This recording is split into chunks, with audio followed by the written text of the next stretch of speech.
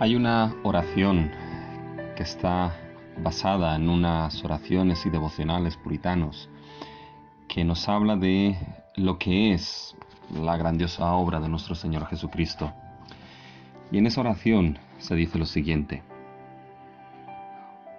Oh Dios de mi éxodo, grande fue el gozo de los hijos de Israel cuando los egipcios murieron en la orilla. Mucho mayor el gozo cuando el enemigo del Redentor quedó aplastado. Jesús desfila como el vencedor, victorioso sobre la muerte, el infierno y cualquier adversario. Él rompe las ataduras de la muerte, reduce a polvo las potestades de las tinieblas y vive eternamente. Él, mi misericordioso fiador, cautiva un pago de mi deuda, abandona la prisión del sepulcro, libre y triunfante sobre el pecado, Satanás y la muerte. Muéstrame la prueba de que su ofrenda vicaria ha sido aceptada, que las exigencias de justicia han sido satisfechas, que el cetro del diablo ha quedado reducido a añicos, que su trono ilegítimo ha sido demolido. Dame la certeza de que morí en Cristo y resucité en Él, en su vida vivo, en su victoria triunfo, en su ascensión seré glorificado. Redentor digno de adoración, tú que fuiste izado sobre una cruz, has ascendido al cielo más elevado. Tú, que como varón de dolores fuiste coronado de espinas, ahora eres Señor de la vida y estás coronado de gloria.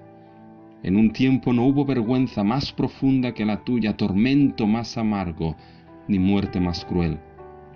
Ahora no hay exaltación más elevada, no hay vida más gloriosa ni defensor más eficiente. Ocupas el carruaje triunfal y llevas cautivos a tus enemigos.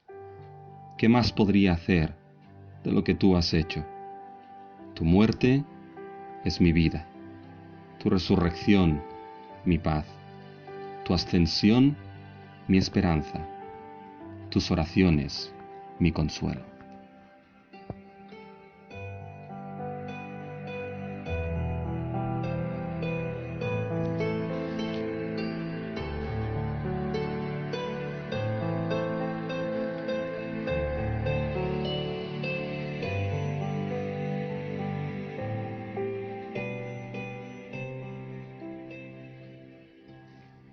Verdaderamente, mis hermanos, una oración preciosa.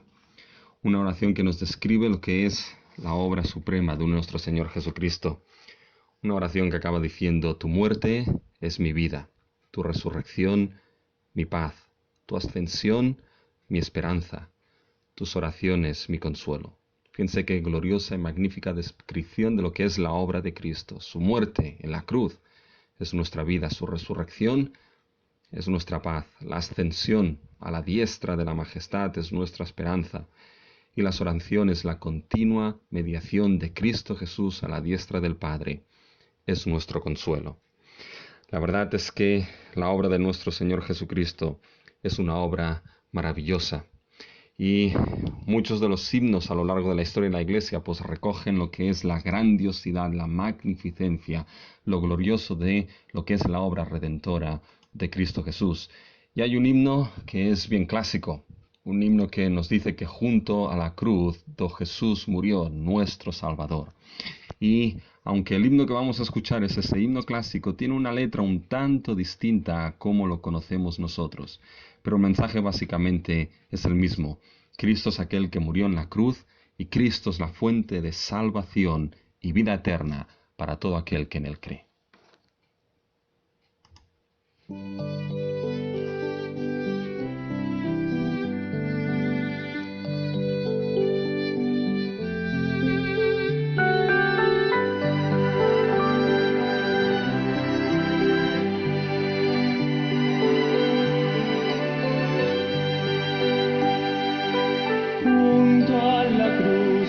Jesús murió, no por su gracia clamaba yo, mis manchas su sangre él quitó, a su nombre gloria, a su nombre gloria, a su nombre gloria.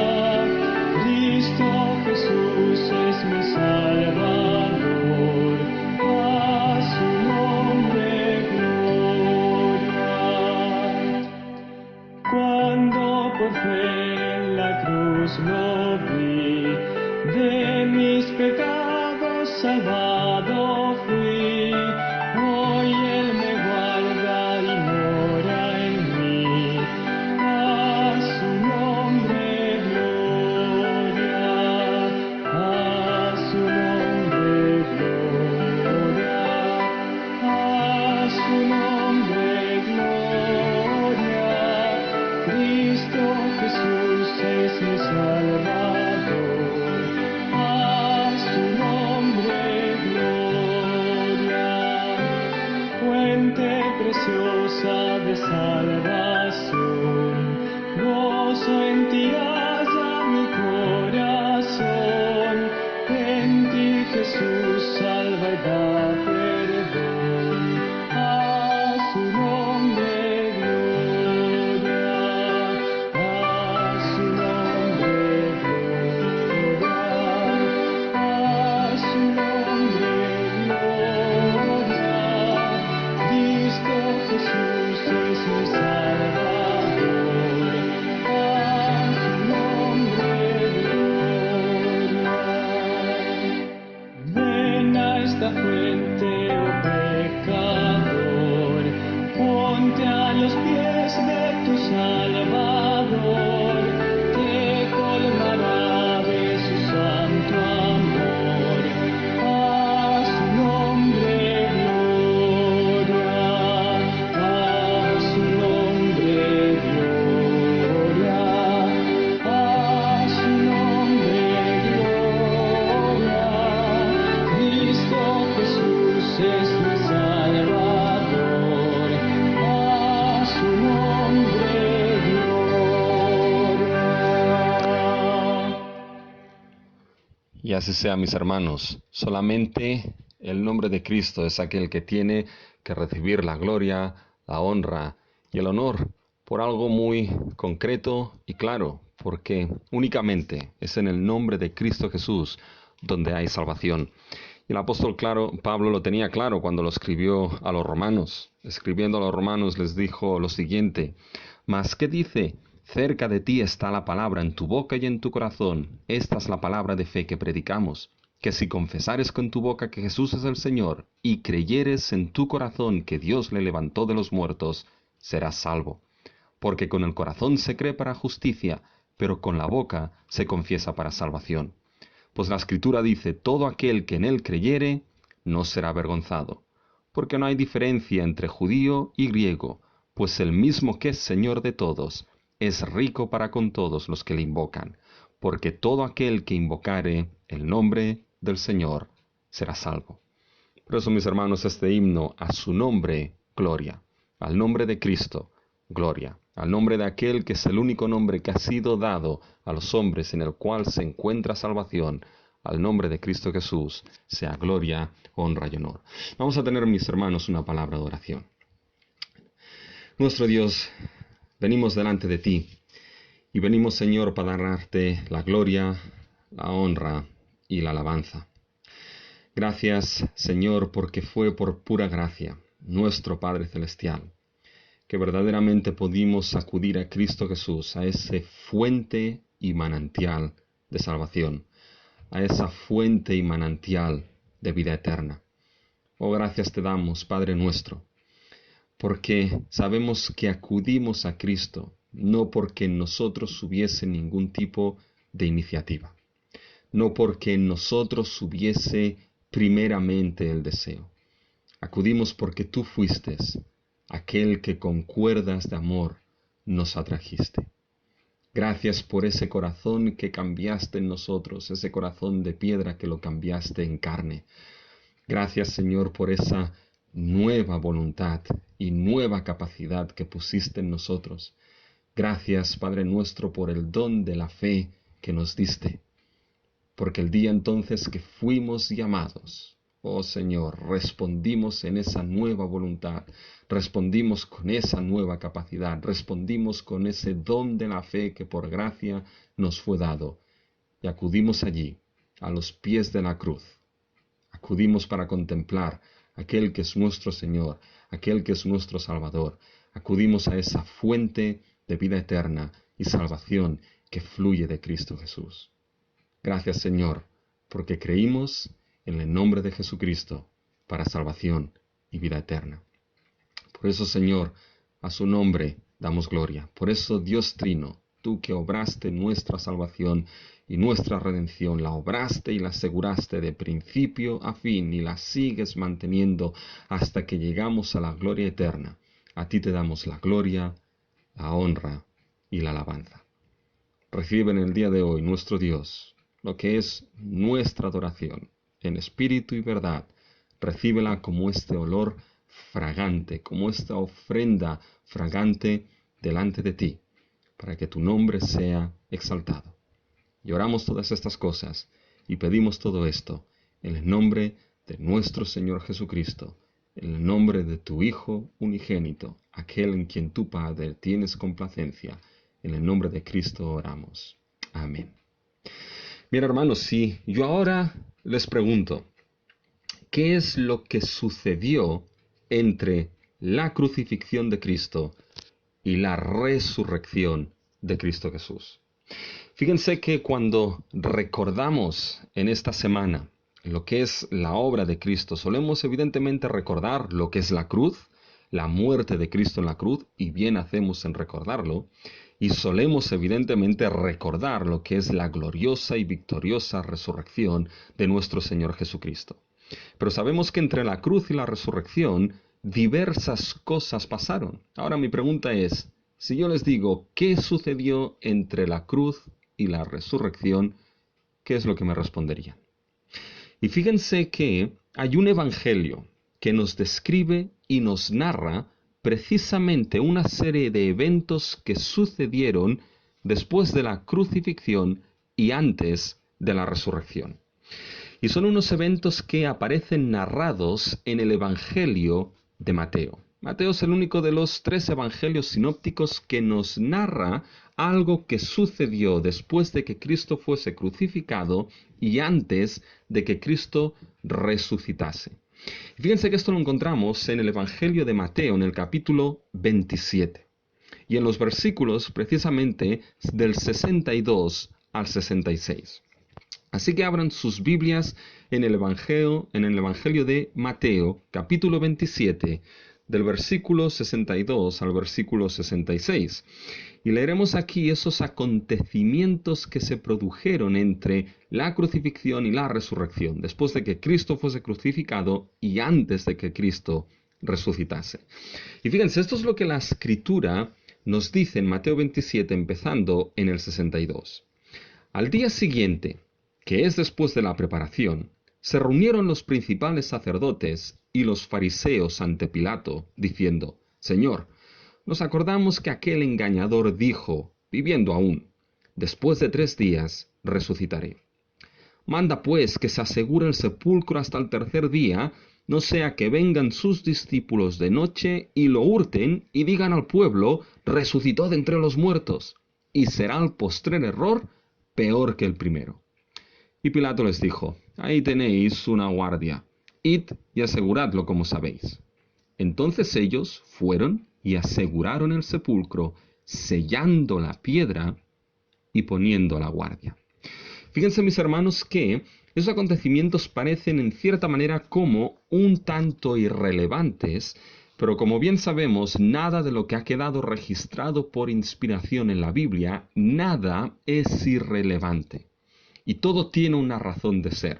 Y Dios en su providencia, en su soberanía, quiso que esos eventos quedasen registrados para mostrarnos algo. Para mostrarnos algo sobre todo en relación a lo que es la persona de Cristo y su obra en la cruz, y para mostrarnos algo también de la resurrección en el 3er día. Esos acontecimientos que sucedieron van a ser vitales para conocer la veracidad de la persona de Cristo y sus afirmaciones tanto en su crucifixión, en relación a su crucifixión, como a su resurrección. Por tanto, vamos a considerar estos versículos, ese texto que se ha leído, pero antes de ello vamos a tener una palabra de oración y vamos a poner lo que es la meditación de la palabra de Dios en las manos de nuestro Dios. Así que, mis hermanos, hermanas, acompáñenme en esta oración antes de la exposición de la palabra. Nuestro Dios y nuestro Padre Celestial, gracias te damos porque, Señor, sabemos que tu palabra, toda ella es verdad. Sabemos que tu palabra, Señor, toda ella es suficiente. suficiente, Señor, para hacer al ser humano salvo por medio de la fe que es en Cristo Jesús, suficiente para preparar al hombre de Dios para toda buena obra. Gracias, Señor, porque sabemos que lo que en ella está narrado es para nuestra enseñanza y es para nuestra santificación. Así, Señor, que te pedimos que sea tu verdad aquella que santifique nuestras vidas. Y te pedimos, Señor, que con el texto de hoy tú nos permitas ver y nos permitas entender, Señor, la veracidad de la persona y de la obra de Cristo Jesús. Señor, que te lo pedimos todo en el nombre de aquel que es nuestro Señor Jesucristo. Amén. Fíjense, cuando yo era joven, recuerdo una historia que me contaban y escuché de niño, y estoy seguro que posiblemente muchos de los que están escuchando ahora conocen esa historia, que es la historia que se llamaba la historia del traje del rey. ¿Y de qué iba esta historia? Bien, era una historia sobre un rey que tenía una obsesión, y tenía la obsesión de conseguir el traje real más magnífico que pudiese existir y que él pudiese vestir. Tenía la obsesión de conseguir ese traje real, el más magnífico, el más bello, el más deslumbrante y el más majestuoso.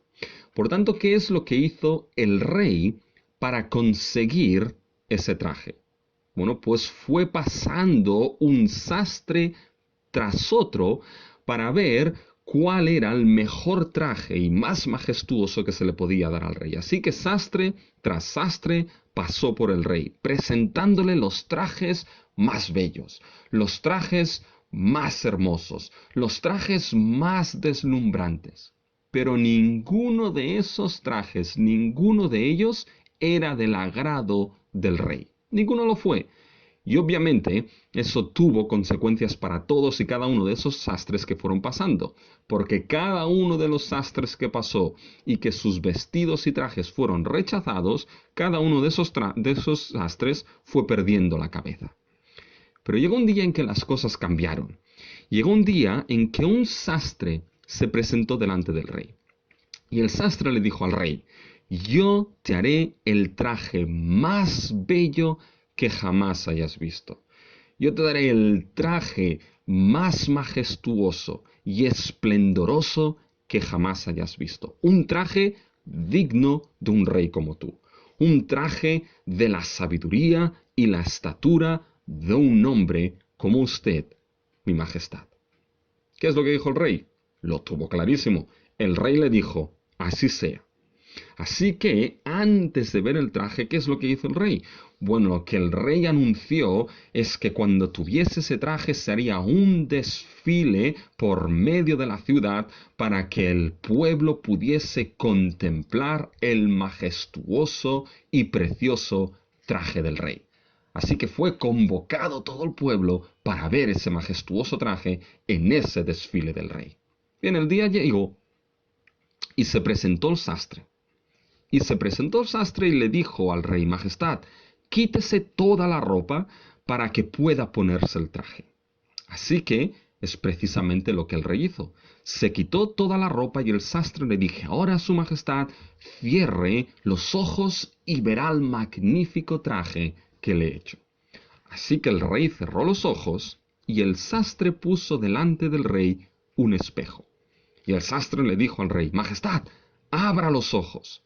Y el rey abrió los ojos, y cuál fue su sorpresa, que cuando se miró al espejo, evidentemente no había traje, y el rey estaba completamente desnudo.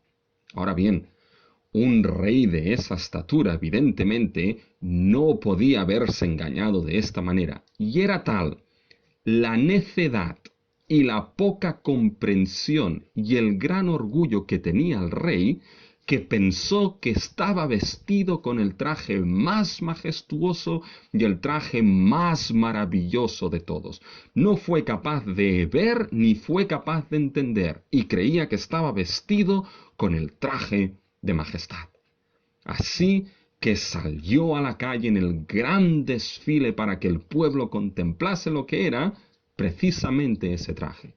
Pero ¿qué es lo que sucedió? Que todo el pueblo vio y todo el pueblo entendió que el rey estaba desnudo. El único que no fue capaz de verlo y de entenderlo fue el rey. Pero fíjense la ironía de esa historia. Es que a través de la ceguera y de la necedad del rey, la ironía es que todo el pueblo pudo ver y pudo entender que el rey estaba desnudo. Y fíjense que esa misma ironía es la ironía que nos encontramos en el texto que hemos leído de Mateo 27, los versículos del 62 al 66. Nos encontramos con un grupo de hombres que estaban en la misma situación que ese rey. No vieron y no entendieron. Estaban ciegos y eran necios. No estaban ciegos y necios en relación a un traje, sino que fueron ciegos y necios en relación a la persona de Cristo y su obra. Y fíjense, Mateo nos muestra precisamente que a través de la ceguera y la necedad de esos hombres puede verse y entenderse la veracidad de la persona y de la obra de Cristo Jesús. Mateo es uno de los evangelios que utiliza la ironía de una manera impresionante. Quizá mucho más que el resto de evangelios sinópticos. Por ejemplo, vemos esa ironía, cuando pusieron sobre la cruz de Cristo, que era el rey de los judíos, y todos gritaban, si tú eres esto y tú eres aquel. Es decir, lo que estaban gritando, estaban afirmando una realidad sin poder verla en ellos y sin poder entenderla. Básicamente también Mateo nos narra las palabras de Caifás, cuando se nos dice que es mejor que muera un hombre por todo el pueblo. Qué poca idea tenía Caifás de que estaba diciendo eso, profetizando de que verdaderamente era necesario que un hombre muriese para el bien de todo el pueblo. Es decir, Mateo utiliza una gran cantidad de ironía y ese texto que hemos leído está lleno de ironía. Porque vamos a ver que a través de unos hombres que no vieron y no entendieron, a través de esa ceguera y de esa necedad, Mateo nos va a mostrar la veracidad de la persona y de la obra de Cristo Jesús. Así que acompáñenme a Mateo 27, los versículos del 62 al 66, y antes de destacar dos puntos en este texto, tenemos que ver primeramente la intención de Mateo en ese texto. Y fíjense que no es difícil identificar en esos versículos lo que estaba sucediendo. Mateo nos sitúa justo en el día después de la crucifixión de Cristo. Y ahí nos encontramos cómo los grupos característicos que estaban en contra de Jesús se presentan delante de Pilato. Fíjense el versículo 62. Al día siguiente, que es después de la preparación, se reunieron los principales sacerdotes y los fariseos ante Pilato. Y fíjense que nuevamente llama la atención de que esos principales sacerdotes, que en su mayoría eran saduceos, y los fariseos, otra vez se juntan para seguir yendo en contra de Cristo. Lo vemos a lo largo de los evangelios, que en más de una ocasión dos grupos que muchas veces no podían verse, cuando era cuestión de ir en contra de Jesús, sí que se juntaban. Ahora bien, lo que llama la atención aquí es que esos dos grupos vuelven a juntarse para ir nuevamente en contra de Cristo, aun y cuando Cristo ya había fallecido y ya había sido enterrado. Incluso muerto y enterrado, fíjense el esfuerzo de esos dos grupos. Era el esfuerzo de terminar con una vez por todas con aquello que hiciese referencia a Cristo Jesús y a su persona. Su obra aquí es vista, las obras de los fariseos y de los saduceos, es vista en el hecho de que acuden a Pilato en un día que era solemne para ellos, es decir, en el día de reposo. Fíjense que se nos describe el 62, el día siguiente, que es después de la preparación. Fíjense que Juan, en cierta manera, describe un poco ese día y se nos describe como un día solemne. Fíjense en Juan 19 y el versículo 31. Entonces los judíos, por cuanto era la preparación de la Pascua, a fin de que los cuerpos no quedasen en la cruz en el día de reposo, pues aquel día de reposo era de gran solemnidad, rogaron a Pilato que se les quebrasen las piernas y fuesen quitados de allí. Por lo tanto, fíjense que acuden a Pilato al siguiente día, en el día de la preparación, en un día que era solemne para esos judíos, pero les dio básicamente igual. Se presentaron delante de Pilato, delante de un gentil, para pedirle ciertas cosas. Y fíjense que ahí tenemos ese grupo pidiendo a Pilato algo muy concreto. Le pidieron a Pilato que sellase la tumba y que pusiese guardias en ella para evitar algo, para evitar que los discípulos robasen el cuerpo y pudiesen decir a la gente que entonces Cristo había resucitado. Fíjense cómo esto está claro en el versículo 64. Manda pues que se asegure el sepulcro hasta el tercer día, no sea que vengan sus discípulos de noche y lo hurten y digan al pueblo, resucitó de entre los muertos. Fíjense que la principal preocupación que tenían esos dos grupos, los fariseos y los principales sacerdotes, la principal preocupación de ellos era que no robasen el cuerpo y se pudiese decir que Cristo había resucitado. ¿Por qué esa preocupación tan profunda en esos dos grupos? Fíjense, la preocupación estaba por dos aspectos claros. Porque si se llegaba a decir que Jesucristo había resucitado de los muertos, entonces principalmente dos cosas serían demostradas.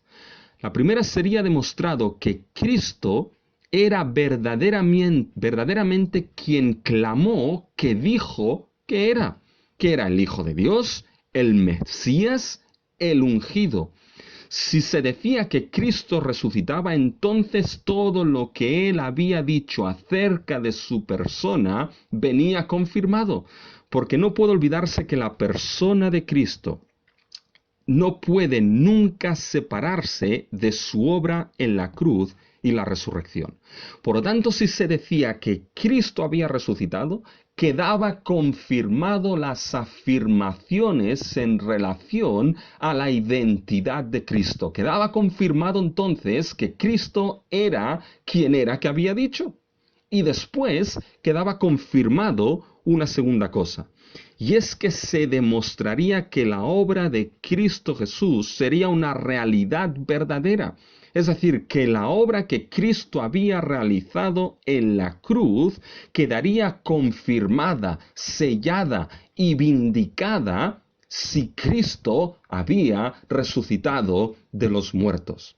Y esto suponía una responsabilidad grandiosa sobre ellos y sobre cualquier ser humano.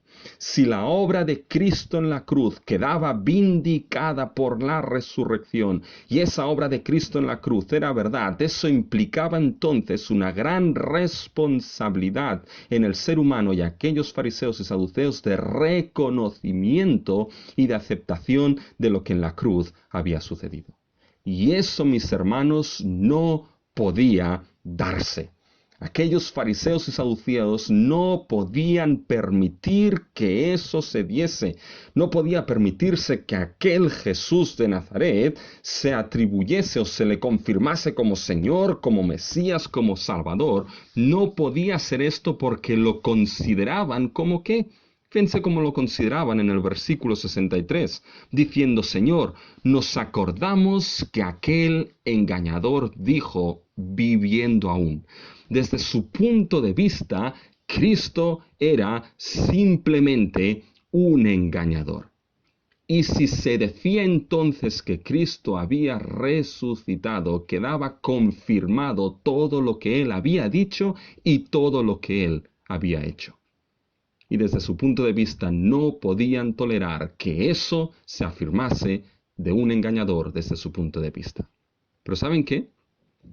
Mis hermanos, aquí está la ironía de Mateo. Ese segundo día, esos eventos narrados por Mateo en el capítulo 27 y esos versículos que hemos leído, nos muestran que lo que esos saduceos y fariseos querían evitar, que Jesucristo fue quien dijo que era y su obra era totalmente cierta, eso es confirmado precisamente por la necedad y por la falta de visión de esos fariseos y esos saduceos en ese acontecimiento. Por tanto, conviene que abramos los ojos a lo que ese acontecimiento nos dice de Cristo y su obra. Y fíjense que aquí entrando en el texto hay dos cosas que podemos destacar. Y lo primero que puede destacarse es que es a través de la ceguera humana que es vista la veracidad de la persona y la cruz de Cristo. Y el segundo punto es que es a través de la necedad del ser humano que es vista la veracidad de la resurrección de Cristo. Fíjense, vamos a considerar brevemente lo que es el primer punto. Fíjense, a través de la ceguera del ser humano es vista la veracidad de la persona y de la cruz de Cristo. Y la pregunta que debemos hacernos aquí es, ¿dónde vemos esto? Fíjense que en el versículo 63 tenemos narradas las primeras palabras de los principales sacerdotes y fariseos. Señor, nos acordamos que aquel engañador dijo viviendo aún, después de 3 días resucitaré. Fíjense cómo consideraban a Jesucristo. Simplemente lo consideraban como un engañador. Ahora bien, para poder entender nuestro punto, para poder entender que a través de la ceguera de esos hombres se ve la veracidad de la persona y la cruz de Cristo, debemos entender a qué fueron ciegos esos saduceos y esos fariseos. Y fíjense, primeramente fueron ciegos a las palabras que Cristo había dicho. Fíjense que en el versículo 63, como hemos dicho, se nos narra lo que los fariseos dicen que Jesús dijo. Ese engañador dijo, estando aún vivo, después de 3 días resucitaré. Y eso es totalmente cierto. Es algo que Cristo había dicho. A esto no eran ciegos. Fíjense que cuando buscamos a través de los evangelios las palabras de Jesús, nos damos cuenta de que en más de una ocasión Cristo no solamente anunció su muerte, sino que también anunció su resurrección. Por ejemplo, cuando vamos a Mateo 16, 21, nos damos cuenta de que ahí Jesús menciona no solamente su muerte, sino también su resurrección. Dice, desde entonces comenzó Jesús a declararles a sus discípulos, y se dan cuenta al final, dirá que era necesario que resucitase al 3er día. Fíjense que en Mateo también 17, 23, otra vez vuelve básicamente a mencionar el tema de que lo matarían, mas al 3er día resucitará. Ahora bien, quizás alguien podría argumentar aquí y decir, bueno, estas fueron palabras dichas en privado a sus discípulos. Era una enseñanza y un conocimiento que de manera privada Cristo dio a sus discípulos, por lo tanto no había manera que los fariseos pudiesen conocer esto de que Cristo había dicho que resucitaría. Pero fíjense que tenemos otras afirmaciones a lo largo de los evangelios que nos muestran de que Cristo también hizo afirmaciones de estas a nivel público. Y tenemos, por ejemplo, la espectacular afirmación de Jesucristo narrada en Juan 2, versículo 19, cuando Cristo dijo, destruid este templo y en 3 días lo levantaré. Y ya sabemos que aquí la gente no entendió, pero Juan nos está dando la explicación de lo que esas palabras de Jesús significaban. Lo dicho por Jesús en el versículo 19, de destruir este templo y en 3 días lo levantaré, en el versículo 21, Juan nos explica lo que esto significaba, mas él hablaba de su propio cuerpo. Por lo tanto, aquí el templo de Cristo, que el templo que va a ser destruido es el templo del cuerpo de Cristo en aquella cruz, y al 3er día va a ser levantado precisamente en la resurrección. Y esa afirmación fue oída por muchos. Fue oída por tantos que incluso cuando hubo el juicio de Jesús, esa afirmación fue sacada por algunos de los testigos como motivo de juicio para Jesús. Incluso se usó como motivo de burla cuando Jesús estaba clavado en la cruz. Nos encontramos, por ejemplo, en lo que es en el Evangelio de Mateo, en el versículo 40 de ese mismo capítulo 27. Fíjense que ahí es utilizado precisamente como burla para Cristo cuando estaba colgado en la cruz. En el versículo 40 del capítulo 27 de Mateo se nos dice diciendo: tú que derribas el templo y en 3 días lo reedificas, sálvate a ti mismo, si eres hijo de Dios, desciende de la cruz. Por tanto, fíjense que había ese conocimiento en cierta manera general de que Cristo había dicho esas palabras.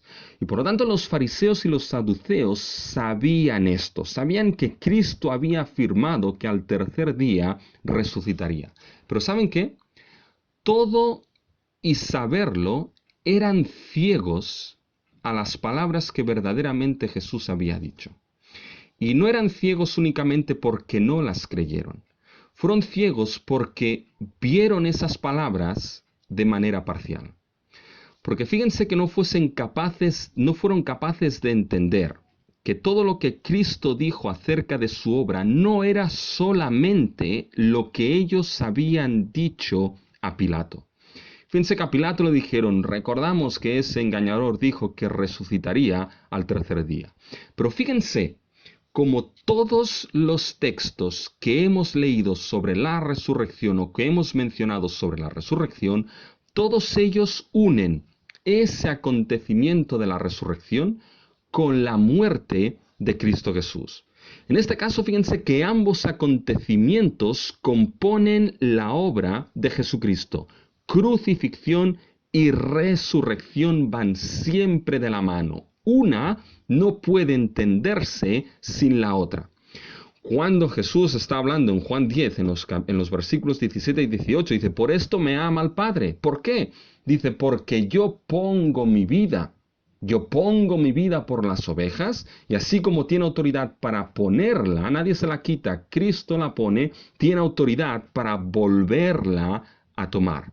Y fíjense que ese es el testimonio básicamente que nos encontramos a lo largo del Nuevo Testamento. Ambos acontecimientos eran las dos caras de una misma moneda en la obra de Cristo. Ambos acontecimientos son necesarios: crucifixión y resurrección. Ambos no pueden separarse. Ambos son necesarios para la obra redentora de Cristo a tu favor y a mi favor. Puede ser dicho que uno garantiza al otro. La cruz es necesaria para nuestro perdón y reconciliación con Dios. Pero fíjense que la cruz también fue necesaria, fue el primer paso hacia la resurrección. El hecho de que Cristo muriese en la cruz abría las puertas al tercer día para la resurrección. Y la resurrección, entre otras cosas, porque cuando vamos a la Escritura nos damos cuenta de que la resurrección sirve para varias cosas. Es el inicio de la nueva creación. En Romanos 4 se nos narra de que la resurrección es para nuestra justificación. En Romanos 8:23 se nos narra que esperamos la adopción, y esa adopción se define como la redención de nuestros cuerpos, esa resurrección final. En 1 Corintios 15, un capítulo que es el capítulo por excelencia de la resurrección de Cristo se nos define como las primicias, el primer fruto de lo que será nuestra resurrección futura. Pero ahora bien, entre todas estas cosas, una cosa importante de la resurrección de Cristo es que si la muerte fue necesaria para abrir las puertas al tercer día en la resurrección era necesaria para vindicar y ratificar todo lo que Jesucristo había hecho en la cruz. Si Jesucristo no resucitaba, la obra de la cruz quedaba en nada. Quedaba simplemente como una muerte más en una cruz. Pero si Cristo resucitaba, entonces todo lo que Jesucristo había hecho en aquella cruz quedaba vindicado y ratificado. Su sangre era aquella sangre del nuevo pacto derramada para perdón y remisión de pecados de muchos. Su muerte en aquella cruz era para absorber la ira de un Dios santo a favor de aquellos que el Padre le entregó, a favor de aquellos que creían en Él, y por medio de la fe es mostrada la justicia sublime, perfecta y gloriosa de nuestro Dios. Por tanto, fíjense que ambos eventos se relacionan. Puede ser dicho que la realización de uno conlleva la venida del otro. La realización de la muerte conlleva sí o sí la resurrección. Fíjense, yo cuando era más joven me gustaba jugar un juego con fichas de dominó que las ponía todos de pie y básicamente empujaba una con una bolita y entonces, como una cadena, una iba cayendo detrás de otra.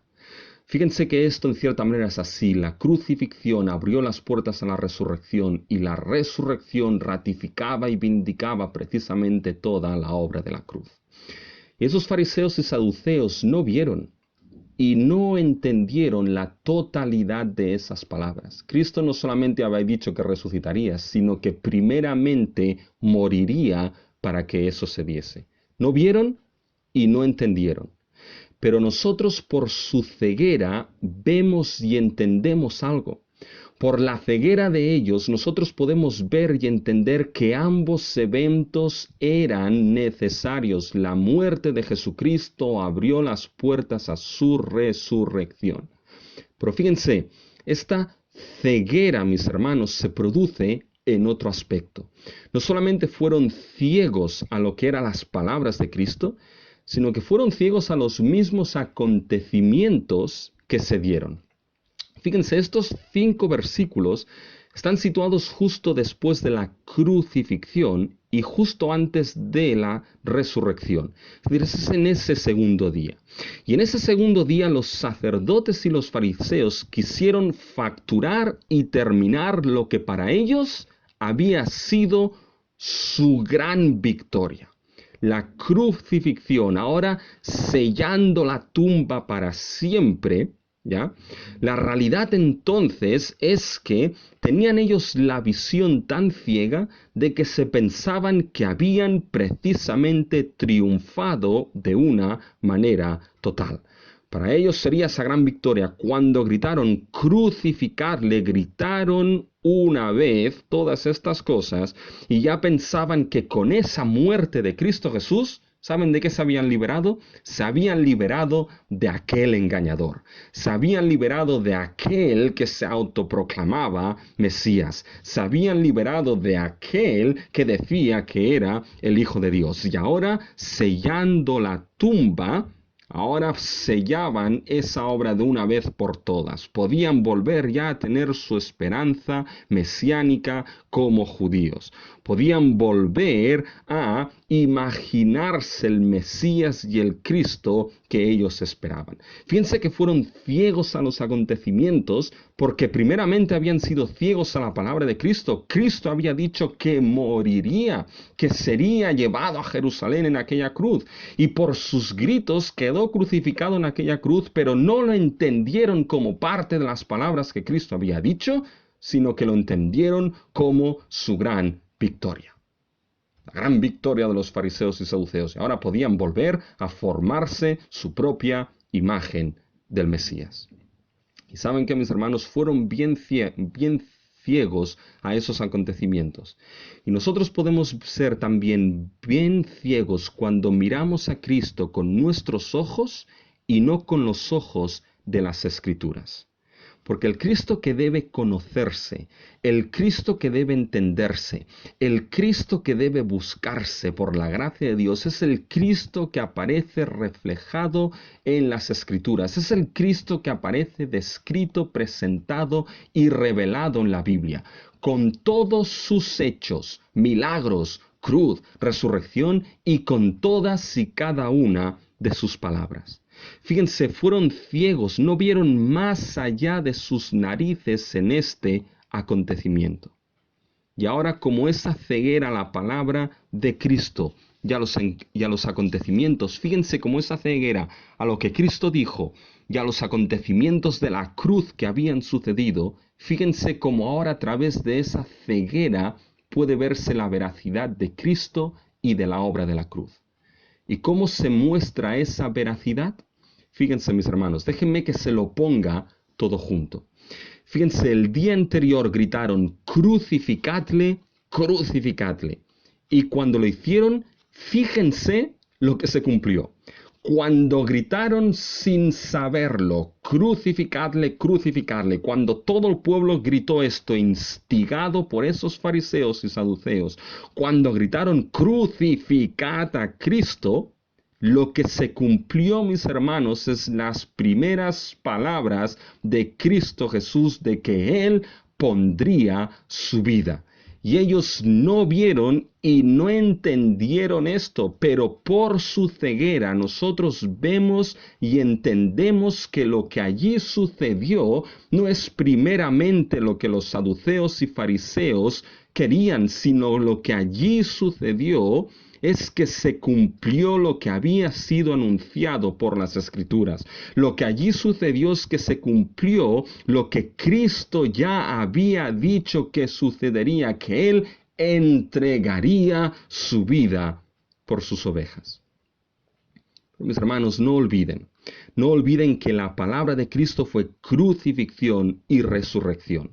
Por lo tanto, fíjense, esa crucifixión que ellos consideraron una gran victoria, ¿saben lo que hicieron? No solamente hicieron confirmar la palabra que Cristo había dicho sobre su muerte, sino que hicieron algo más. Irónicamente, pusieron la primera piedra para abrir el camino hacia el glorioso tercer día de la resurrección. No vieron y no entendieron lo que estaban haciendo, pero mis hermanos, por su ceguera y a través de su ceguera, nosotros podemos ver y entender, mis hermanos, que pusieron esos fariseos cuando gritaron crucificarle, cumplieron, se llevó a cumplimiento las palabras de Cristo, pusieron básicamente la primera piedra para el día glorioso de la resurrección y establecieron algo más. ¿Saben lo que establecieron, mis hermanos? Establecieron que Cristo entonces no era en absoluto un engañador. ¿Por qué? Porque Cristo no había mentido. Cristo dijo que pondría su vida y así fue. Cristo dijo que daría su vida y así fue. Cristo dijo que sería necesario que fuese a Jerusalén y padeciese en manos de ellos y así, mis hermanos, fue. Y fíjense la ironía del texto, mis hermanos, que eso se dio ¿de qué manera? Se dio por unos fariseos y unos saduceos tramando y confabulando para matar a Jesús. Tramando y confabulándose para que ese Jesús muriese en aquella cruz. Y cuando gritaron crucificadle, cuando dijeron suéltanos a Barrabás y crucifica a Cristo Jesús, oh mis hermanos, irónicamente, no solamente demostraban que se cumplía lo que Cristo había dicho, no solamente ponían la primera piedra para el tercer día glorioso de resurrección, sino que no vieron y no entendieron que estaban confirmando lo que Cristo había dicho y por lo tanto estaban irónicamente afirmando que Cristo no era en ningún momento un engañador, sino que se cumplió precisamente lo que Cristo había dicho. No vieron y no entendieron, pero a través de su ceguera nosotros sí podemos ver y entender la veracidad de la persona de Cristo Jesús. Él es quien dijo que fue, y la veracidad de la cruz de Cristo. Hizo lo que dijo que vendría a hacer. Y la pregunta que debes hacerte aquí es que si tú ves a Cristo y su obra en la cruz, a través de la ceguera de esos hombres. Porque ese texto está registrado aquí, entre otras cosas, con esa ironía, para que a través de esa ceguera nosotros podamos no ser ciegos, sino ver esa veracidad de la persona y de la cruz de Cristo. Pero quizá alguien puede pensar aquí y puede decir, bien, yo puedo ver esa realidad de la cruz, pero oye, el tema de la resurrección, eso ya es otro tema. Eso ya es más increíble. Eso ya es más improbable. Eso ya es más impensable. Y fíjense que nuestro texto nos muestra una segunda cosa. No solamente es a través de la ceguera de ese ser humano que vemos la veracidad de la persona de Cristo y de la cruz, sino que ahora es a través de la necedad del ser humano que es vista la veracidad de la resurrección. Y la cuestión es que sí, es quien ha escuchado bien, porque he dicho a través de la necedad del ser humano. Porque fíjense que lo que continúa en el texto es que esos fariseos y saduceos, queriendo mostrar ser sabios, Dios demostró en su providencia que eran necios. Pero, ¿dónde es visto en esa necedad la veracidad de la resurrección? Y fíjense que esto es visto primeramente en sus esfuerzos necios de sellar la tumba. Fíjense, antes les he comentado de que uno de mis juegos cuando era pequeño, y créanme que no lo he recuperado en este tiempo de confinamiento, quizá debería hacerlo, pero fíjense que uno de los juegos que tenía eran precisamente esas fichas de dominó, donde al lanzarles una bolita, esa primera bolita que tocaba la primera ficha, ese acontecimiento llevaba al último de todos. Es decir, es que saltase en cierta manera esa primera trampa, esa primera ficha y llegase de esta manera al final. Fíjense que nos encontramos aquí un poquito, esto es lo que sucede. Fíjense que vamos a ver la veracidad de esa resurrección a través de esos esfuerzos de esos fariseos y saduceos de sellar esa tumba. Y fíjense que fue algo bien necio lo que intentaron hacer. Fíjense que esos esfuerzos los leemos en los versículos 64 y 65. Dice, manda pues que se asegure el sepulcro hasta el tercer día, no sea que vengan sus discípulos de noche y lo hurten y digan al pueblo, resucitó de entre los muertos, y será el postrer error peor que el primero. Fíjense, mis hermanos, que su petición es clara en el versículo 64. Sella la tumba, le dicen a Pilato. Y Pilato básicamente que pues no se dejaba a veces manejar por esos judíos, le dice, ¿sabéis qué? Oye, aquí tenéis la guardia, hacedlo como vosotros sabéis. Y fíjense que esto lo hicieron en el versículo 66. Entonces ellos fueron y aseguraron el sepulcro, sellando la piedra y poniendo la guardia. Por lo tanto, fíjense cómo Mateo invierte espacio aquí en decirnos de que no fue primeramente Pilato quien lo hizo. Pilato les dijo, aquí tenéis un guardia y vosotros de hacerlo como vosotros sabéis. Por tanto, no se nos describe cómo lo hicieron. Pero sí esos fariseos y saduceos lo hicieron básicamente como ellos sabían. Y sellaron lo que era la tumba, sellaron el sepulcro y pusieron allí básicamente guardia. Por lo tanto, fíjense que todas estas peripecias, el esfuerzo de esos hombres de sellar esa tumba, obviamente, y eso está claro, no era porque creyesen que Jesucristo iba a resucitar, ni mucho menos. Era porque tenían miedo, como hemos leído en el versículo 64, que algunos de sus discípulos pudiesen robar el cuerpo y se pudiese decir entonces que Jesucristo había resucitado.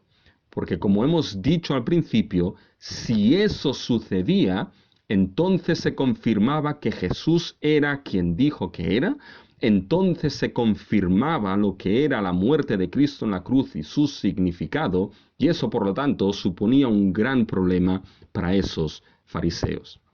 Pero fíjense, mis hermanos, y aquí volvemos a la ironía de Mateo. Fíjense que a través de esa necedad, porque verdaderamente fueron necios aquí, esos saduceos y fariseos, sellando la tumba y poniendo guardia. Fueron necios ¿por qué? Y fíjense cómo resalta aquí la ironía del Evangelio de Mateo. Porque sellando esa tumba, mis hermanos, esos hombres sellaron tres cosas. ¿Y saben qué sellaron? La primera cosa que sellaron es el hecho de que alguien pudiese entrar en esa tumba. Es decir, sellando la tumba y pusiendo guardia, Sellaron el hecho de que alguien tuviese la posibilidad de poder entrar en esa tumba y robar el cuerpo. Por lo tanto, fíjense, todas esas teorías que rondan hoy en día y que se nos presentan de que alguien robó el cuerpo de Cristo y que entonces se dijo que había resucitado, fíjense que todo esto queda totalmente descartado por lo que hicieron esos fariseos y saduceos. Por lo tanto, si algo sucedía en ese tercer día, no podía decirse que había sucedido porque alguien había entrado y había robado el cuerpo. ¿Por qué? Porque se habían asegurado de que esto básicamente no sucediese. Pero sellaron una segunda cosa. Fíjense, mis hermanos, sellaron la imposibilidad humana. Y marco esto, sellaron la imposibilidad humana de que alguien saliese también de esa tumba. Es decir, si un ser humano estaba dentro de esa tumba y se han ido a Jerusalén, mis hermanos, y han estado en el jardín de la tumba, verán la marca de lo que era la piedra que se ponía delante del sepulcro, y para mover esto, alguien había tenido que desayunar muy bien en aquella mañana, mis hermanos. Y alguien que había sido moribundo, había estado en una cruz moribundo, no podía levantarse dentro de la tumba y mover esa roca. Por lo tanto, imposibilitaron que alguien con fuerzas humanas, después de haber pasado por una cruz, abriese esa tumba. Por lo tanto, fíjense que sellaron la imposibilidad humana de que alguien saliese. Y esas teorías que nos dicen de que Cristo verdaderamente no murió en la cruz, sino que básicamente quedó desmayado casi como muerto, y que después dentro de la tumba, estando en el fresquito de la tumba, volvió a despertarse y salió de la tumba, sería francamente difícil por una persona que había pasado por esas agonías de la crucifixión. Sería bien difícil, mis hermanos, que en una tumba sellada y con guardia desde dentro se abriese. Por tanto, fíjense la segunda cosa que sellaron. Pero fíjense que sellaron entonces con esto una tercera cosa. Fíjense que sellaron, hermanos, que el hecho de, con todas esas medidas de seguridad, sellaron que si algo sucedía al tercer día en aquella tumba, entonces, mis hermanos, esto demostraba algo. Si algo sucedía en esa tumba, nadie podía entrar, nadie podía salir, con todas esas medidas que habían tomado, mis hermanos, señalaron que si algo sucedía en aquella tumba, no podía ser en ningún momento intervención humana, sino que tenía que ser intervención divina. Y fíjense que aquí está la ironía del acontecimiento. Fíjense que Dios, en su sabiduría, en su providencia y en la necedad de esos hombres, fíjense que tenían la razón cuando dijeron que el postrer error sería peor que el primero. Lo único que se equivocaron de error. El error que fue peor que el primero, mis hermanos, fue precisamente el haber tomado todas estas medidas. Porque se aseguraron entonces de que si algo sucedía ahí, no podía ser por mano humana, sino que debía ser por mano de Dios. ¿Por qué? Porque fíjense que esto nos lleva ya al último punto. Porque Dios usó ese evento para entonces mostrar la veracidad e historicidad de la resurrección de su Hijo. Fíjense, hermanos, lo que sucede en el capítulo posterior a Mateo 27. Fíjense lo que se nos narra en Mateo 28, los versículos del 11 al 15. Fíjense que se nos dice ahí: mientras ellas iban, se refiere a las mujeres, he aquí, unos de la guardia fueron a la ciudad y dieron aviso a los principales sacerdotes de todas las cosas que habían acontecido. Y reunidos con los ancianos y habido consejo, dieron mucho dinero a los soldados. Ahí se dieron cuenta de que su error postrero fue peor. Dieron mucho dinero a los soldados diciendo, decid vosotros, sus discípulos vinieron de noche y lo hurtaron estando nosotros dormidos. Anda que los guardias iban a decir esto.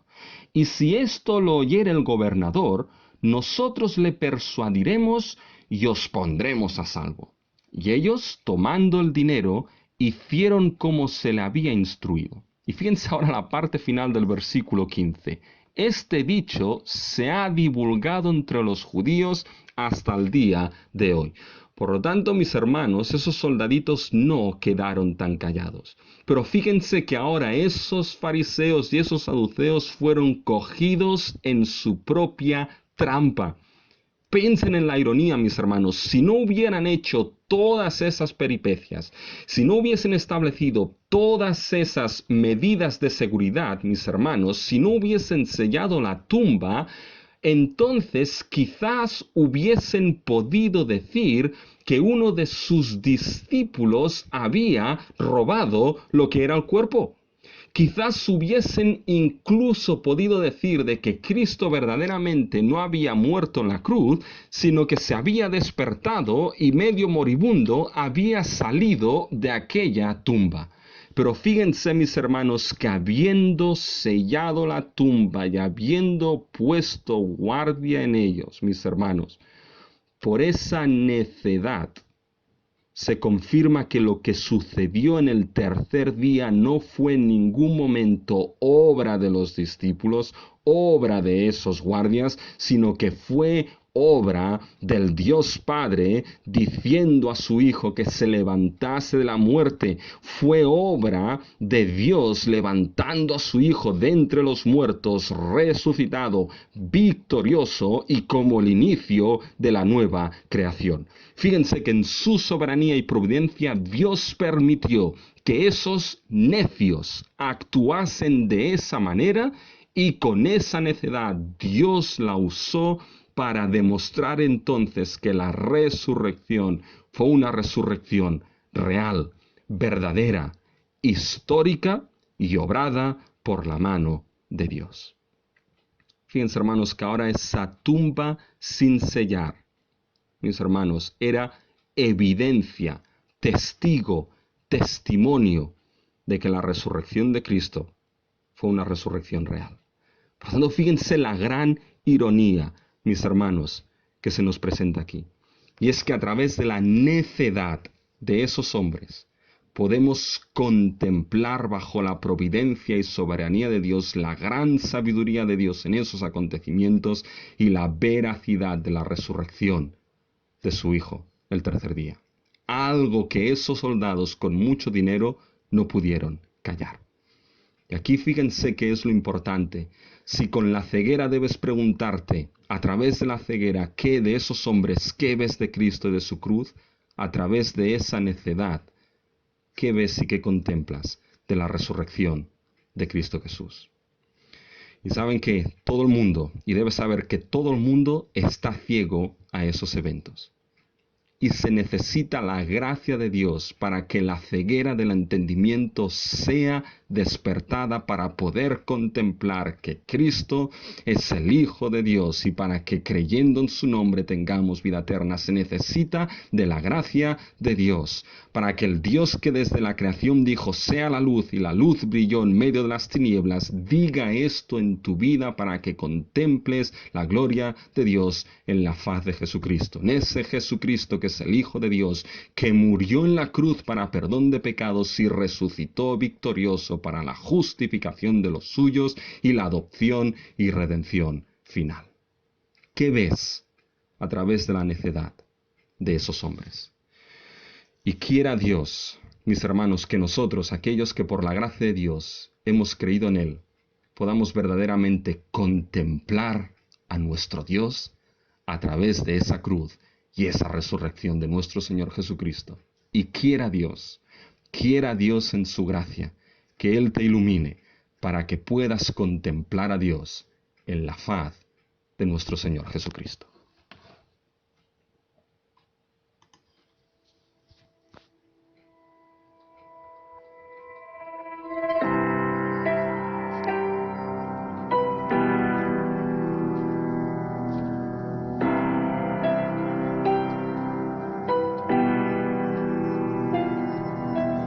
quien formó las olas al hablar, quien contó la arena en el mar.